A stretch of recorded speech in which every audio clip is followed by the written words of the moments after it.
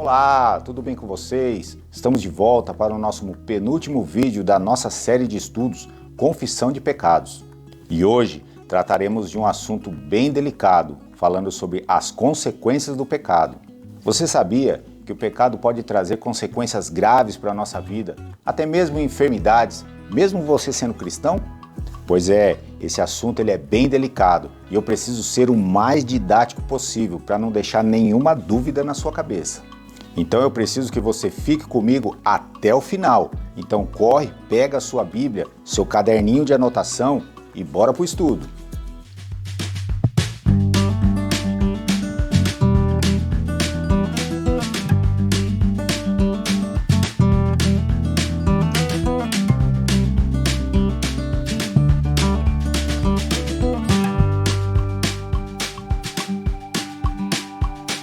Olá, a paz do Senhor a todos. Para você que está chegando agora no canal, ou por acaso você caiu aqui de paraquedas, seja muito bem-vindo. Eu sou o seu irmão em Cristo, presbítero Marcos Souza, e venho através deste canal trazer conteúdos para a sua edificação espiritual, para que você cresça na graça e no conhecimento. Então já vai deixando aí aquele like, se inscreva no canal e ative os sininhos de notificações para que você não venha perder nenhum conteúdo. Porque eu tenho certeza que se você colocar em prática esse estudo, todas as bênçãos que estiverem retidas ou travadas no mundo espiritual serão liberadas para você, porque eu tenho certeza que você não veio até aqui em vão. Em Deuteronômio 28, fala sobre as bênçãos e maldições que cairão sobre aqueles que guardam, também sobre aqueles que não guardam as leis de Deus. Mas o que na verdade nós estamos vivendo nos tempos de hoje? Estamos vivendo bênçãos ou estamos vivendo maldições? A sua casa é abençoada? O seu casamento é abençoado? Seus filhos são abençoados? Seu trabalho, suas finanças, até mesmo a sua saúde é abençoada? A sua entrada e a sua saída é abençoada? Para entendermos bem esse assunto, nós precisamos ir por partes. O que nós precisamos entender em primeiro lugar é que o Deus que nós servimos, além de ser um Deus de amor, ele também é um Deus de justiça. E quando nós pensamos em justiça, a imagem que a retrata é uma balança. E essa balança precisa sempre estar em equilíbrio. Ou seja, quando um delito é cometido, a balança sai do seu eixo. E é necessário entrar com a justiça para que tudo volte ao equilíbrio. Para você entender um pouquinho melhor, de um lado da balança seriam os delitos, do outro lado seria a justiça. Se ela permanecer em equilíbrio, se ela permanecer neutra, ou seja, nem delito nem justiça estão em ação. E é exatamente assim que ocorre no mundo espiritual. Quando nós cometemos um pecado, um delito, a balança ela sai do seu eixo e a justiça de Deus precisa ser aplicada para que tudo volte ao normal. O pecador precisa de uma punição. Veja no caso de Caim e Abel, ali em Gênesis 4:10, após Caim matar o seu irmão, o sangue de Abel clama a Deus por justiça. E nos versos 11 e 12, essa justiça ela é aplicada na vida de Caim como maldição. Um outro exemplo bem claro de como isso funciona, você vai encontrar ali em Números capítulo 25, quando o povo de Israel cai em pecado de idolatria e prostituição pelos enganos de Balaão. Deus então manda Moisés matar todos os cabeças de tribo para que a ira de Deus fosse cessada, pois uma praga violenta foi lançada sobre o povo, matando já cerca de 24 mil homens.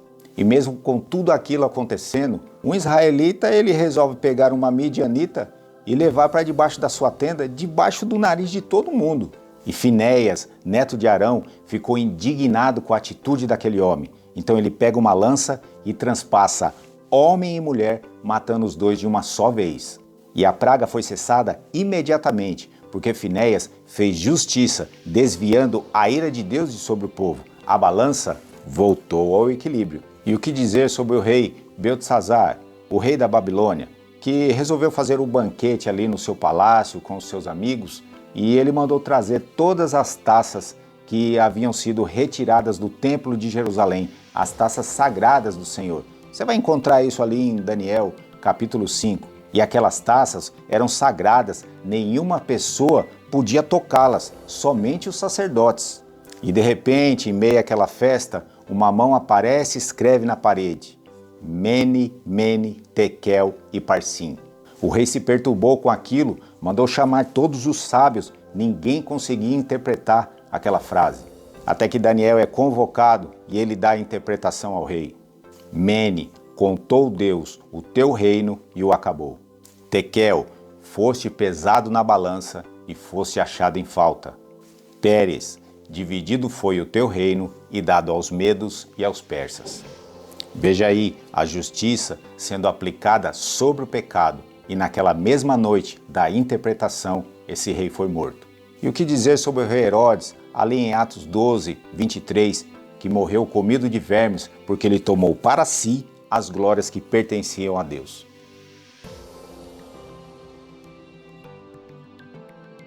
No Salmo 32, nós temos um bom exemplo de como funciona a consequência do pecado na vida de um homem de Deus e a sua absolvição pela confissão do pecado. Bem-aventurado aquele cuja transgressão é perdoada e cujo pecado é coberto. Bem-aventurado o homem a quem o Senhor não imputa maldade e em cujo espírito não há engano. Enquanto eu me calei, envelheceram os meus ossos pelo meu bramido em todo o dia, porque de dia e de noite a tua mão pesava sobre mim. O meu humor se tornou em sequidão de estio. Confessei-te o meu pecado e a minha maldade não encobri. Dizia eu: confessarei ao Senhor as minhas transgressões e tu perdoaste a maldade do meu pecado. Quem está dizendo isso é Davi, um homem segundo o coração de Deus, mas ele mantinha um pecado encoberto e com isso ele sentia a pesada mão de Deus sobre ele todos os dias. E isso nos mostra que quando estamos em pecado, a mão do Senhor pesará sobre nós, porque a balança precisa estar em equilíbrio. Deus precisa aplicar a justiça. Em Hebreus 12:6 e Provérbios 3:12 vai dizer que Deus corrige e açoita ao filho que ama. Aí eu te pergunto, como seria essa correção? Como seriam esses açoites? Nada mais é que a mão de Deus pesando sobre os seus filhos. Em outros termos, as maldições. Sei que parece um tanto pesado dizer que Deus amaldiçoa alguém para correção. É porque hoje nós temos uma imagem de um Jesus meio paz e amor. Mas a relação da palavra bênçãos quer dizer receber o bem. Logo, maldição é receber o mal. E a correção é um mal, sim. Ninguém gosta de ser corrigido, muito menos açoitado. É ou não é verdade? Então, quando você comete um pecado e se arrepende, a ira de Deus é retirada de sobre você. Pois aquele que confessa e deixa o pecado, ele alcança misericórdia. Mas eu conheço pessoas que cometem pecado e não sofrem nenhum tipo de punição. E aí, como é que você me explica isso aí agora? Isso aí que você está pensando é exatamente como o salmista escreveu ali no Salmo 73. Ele até invejava a prosperidade dos ímpios. Mas um dia a conta chegará, porque o teu Deus é um Deus de justiça e nada pode escapar diante dos seus olhos. Em 2 Pedro 3,9 vai dizer que Deus é longânimo, esperando que o homem se arrependa. E longânimo quer dizer ter paciência, ou seja, Deus ele é bem longo na sua espera, esperando o arrependimento do ser humano. Mas um dia essa espera acaba e a justiça terá que ser aplicada, porque a balança precisa estar em equilíbrio. A igreja de Corinto era a igreja que tinha os 9 dons do Espírito Santo. Uma igreja fantástica, porém dentro deles não existia amor e eles cometiam um pecado grave ao celebrar a ceia do Senhor. E esse pecado estava gerando na igreja pessoas fracas, pessoas doentes e pessoas mortas espiritualmente. Agora, se Paulo não fosse usado pelo Espírito Santo para alertar aquelas pessoas dos pecados que eles estavam cometendo, como eles se livrariam das consequências que viriam? Pois com certeza eles não conseguiam mais enxergar esses erros dentro da igreja. Deus precisava usar alguém para poder alertar a igreja. E nessa ocasião ele usou Paulo para que eles não fossem consumidos pelo pecado. Agora dá para entender bem, né? Aquele versículo de Lamentações 3:22, quando diz que as misericórdias do Senhor são a causa de não sermos consumidos. E esse é o objetivo principal do nosso canal, de trazer a verdade e a luz para aquilo que está em oculto, para aquilo que já não conseguimos mais enxergar e aquilo que já não é mais pregado nos púlpitos das igrejas. Em Mateus 13,15, Jesus vai dizer que todo aquele que ver com seus olhos, ouvir com seus ouvidos e compreender com o coração e se converter, ele os curará. Já em Tiago 5,14, vai anotando tudo aí, hein? Você tá anotando, né? Em Tiago 5,14, vai dizer que a oração da fé curará o enfermo e trará perdão de pecados. Mas no verso 16, vai dizer que o perdão de pecados trará a cura. O pecado, ele desequilibra a balança e a maldição pode vir como enfermidades, problemas conjugais, problemas na família, no trabalho, nas finanças. Tudo aquilo que está registrado em Deuteronômio 28 pode vir sobre a vida do pecador, porque a balança precisa voltar ao equilíbrio, que são essas as punições. Mas quando você se arrepende e confessa o seu pecado diante do Senhor, a ira de Deus é aplacada, porque quando Ele olha para você, Ele verá o sangue de Cristo dizendo: este pecado já está pago. A maldição sai da sua vida, porém a balança vai permanecer em equilíbrio. Rapaz, então quer dizer que tudo aquilo que eu estou passando é por conta de pecado? Ô Jesus, pega leve aí, pô. Não, tá vendo aí? É por isso que eu disse para você que você precisa ficar comigo até o final, porque esse assunto ele é muito delicado. Nem todas as situações negativas que nós passamos na vida pode ser considerada como pecado, não. Há situações em que Deus nos prova para que no final a glória de Deus seja manifestada em nossa vida. Veja aí alguns exemplos. No texto de João 9, os discípulos, ao se depararem com um cego de nascença, eles perguntam a Jesus: Rabi, quem pecou, este ou seus pais, para que nascesse cego? Mais um texto aí comprovando a relação entre pecado com enfermidades. Mas nesse caso, Jesus vai dizer aos seus discípulos que aquele homem não nasceu com aquela enfermidade por conta de pecado, não. Mas que ele nasceu assim para que a glória de Deus fosse manifestada na vida dele. Como nós vemos também na história de Jó, que perdeu tudo o que tinha, e até mesmo a sua saúde. E quando ele foi visitado pelos seus amigos, eles o confrontavam dizendo que ele estava em pecado, que ele precisava confessar e se arrepender para que a ira de Deus saísse de sobre ele. Você está conseguindo perceber que a relação entre pecado e maldição ela já é bem antiga? Mas no caso de Jó, nós vemos que não foi por conta de pecado não, mas sim para que a glória de Deus fosse manifestada também na vida de Jó. Bom, nessa questão aí eu estou bem tranquilo, porque eu peço perdão dos meus pecados todos os dias.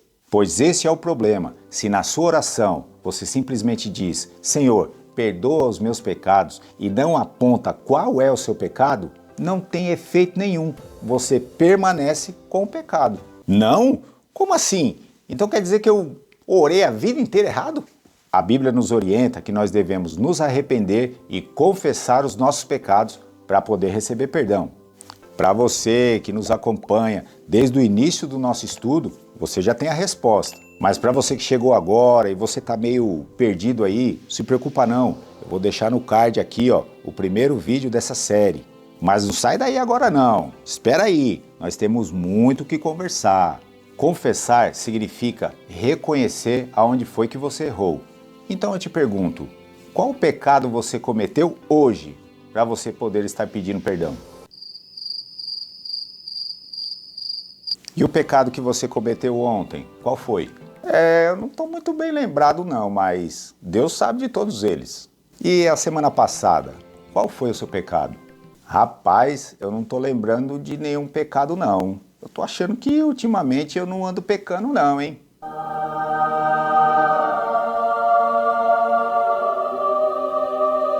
Pois é, em 1 João 1,8 vai dizer que aquele que diz que não peca é mentiroso. E mentira também é um pecado. No nosso cotidiano, nós cometemos pecado sem nem ao menos perceber. Uma, por não conhecermos bem as Escrituras. E segundo, porque nós não somos ensinados ou bem orientados nessas questões. Um exemplo bem simples que muitos cometem, até mesmo dentro das igrejas, é comprar e não pagar. Na nossa legislação, isso pode ser até considerado como crime. Já na palavra de Deus, ela pode ser considerada também como roubo ou furto. Êxodo 20:15, não roubarás. Romanos 13, 7 e 8, pagai a todos o que lhe é devido. Provérbios 3, 27 e 28, pagai hoje as suas dívidas, se o pode fazê-lo. Se você tem qualquer pessoa que trabalhe ou fez qualquer tipo de serviço para você, você precisa pagá-lo no dia combinado. Não oprimirás o jornaleiro pobre e necessitado, seja ele teu irmão ou estrangeiro que está na tua terra e na tua cidade. No seu dia lhe darás o seu salário, antes do pôr do sol, porquanto é pobre e disso depende a sua vida, para que não clame contra ti ao Senhor e haja em ti pecado. Você sabia que o fanatismo ele pode ser enquadrado em pecado de idolatria? Se você é um fanático, olha bem o que eu estou dizendo, fanático, aqueles malucos por futebol, cuidado, você pode estar cometendo o pecado de idolatria. Lembrando que o termo idolatria também se aplica à avareza, aqueles que são malucos por dinheiro, ou melhor dizendo no termo popular, o pão duro. E aos fofoqueiros de plantão, ali em Provérbios 26, 20, vai dizer que sem os tais não há contenda. Já em Provérbios 6, 19, vai dizer que Deus abomina essa prática. Todo pecado trará consequências para a nossa vida e é por esse motivo que nós precisamos nos arrepender e confessá-los para não recebermos a maldição pelo pecado. Pois somos lavados e remidos no sangue de Jesus e quando nos arrependemos, nós somos justificados pelo seu sangue. Somos uma nação santa e importa que hajamos como tais. O santo não se mistura com o profano. Mas vai dizer para o caloteiro que ele é caloteiro, ou vai dizer para o fofoqueiro que ele anda fazendo fofoca, ou ao fanático que isso também é pecado. A verdade é que ninguém consegue enxergar o seu pecado. Se eu não consigo vê-lo, como que eu irei confessá-lo? Como que eu vou me arrepender? Os falsos profetas que chegaram até Jesus pedindo passagem ali para entrar no reino, lá em Mateus 7, 22, eles faziam maravilhas em nome de Jesus, mas eles não sabiam que eles viviam uma vida de pecado por causa das suas mentes cauterizadas. Pois, se eles soubessem que eles eram os falsos profetas, para que eles iriam pedir passagem para entrar no reino? Se eles tivessem certeza de suas vidas de iniquidade, eles nem teriam aquele diálogo com Jesus. Pois nós sabemos que todo o bem que nós fizermos, mesmo para Deus ou para os homens, nada disso anula o nosso pecado.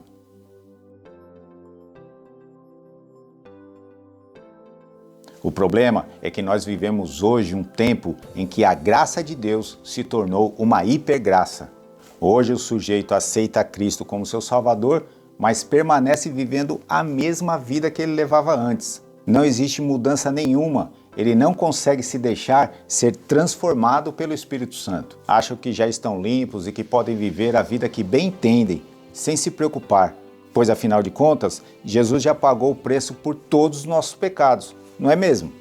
Acabam vivendo uma vida de engano por não serem apontados os seus pecados como deveriam, para que possam se arrepender e, confessando, sejam limpos pela palavra. Paulo alerta Timóteo que essas coisas aconteceriam, ali em 2 Timóteo 4, 2 a 5, que trariam mestres e doutores para pregar a eles ou ensinar aquilo que eles queriam ouvir, não aquilo que eles necessitavam ouvir. Coisas que massageiam o ego, coisas do tipo, aonde você colocar a planta do seu pé será seu. Você será próspero e abençoado nas suas finanças. Você vai caminhar sobre as águas.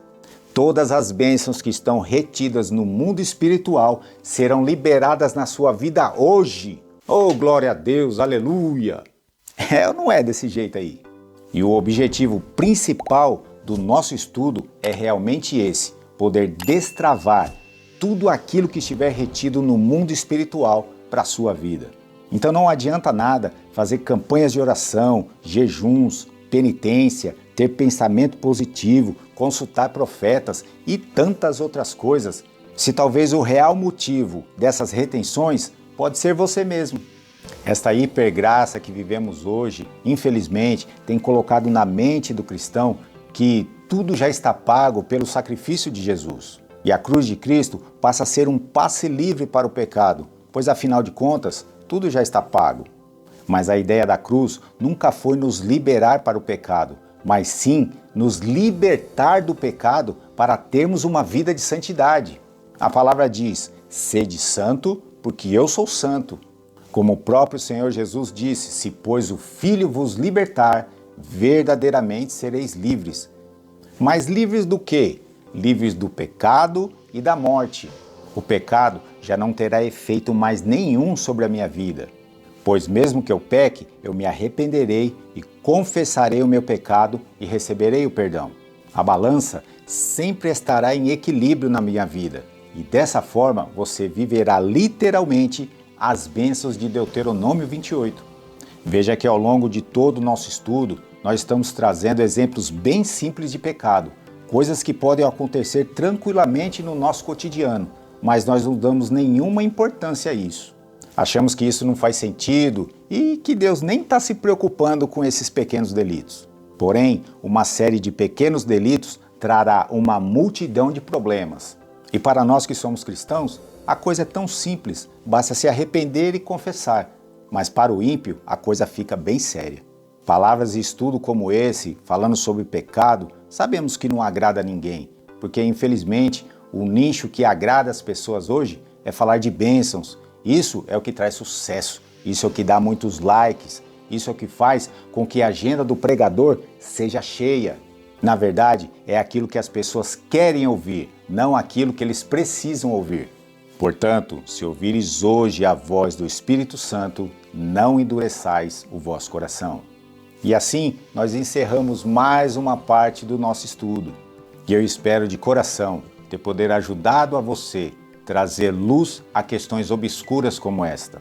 E a única coisa que eu te peço é que você não esqueça de deixar o seu like, se inscrever no canal e principalmente compartilhar esse vídeo com o máximo de pessoas que você conseguir, para que possamos continuar levando este e outros estudos a todas as pessoas que necessitam ouvir a palavra da verdade, a palavra que liberta. E nós estamos preparando o último vídeo dessa série, a qual vamos falar sobre a diferença entre lei e graça. Por tudo que aprendemos então, eu devo então guardar a lei ou não? Qual o real significado da graça na nossa vida? Você não pode perder de jeito nenhum a conclusão desse estudo. Vai ser a cereja do bolo. Então fique com Deus, um forte abraço e te espero no próximo vídeo. Até lá!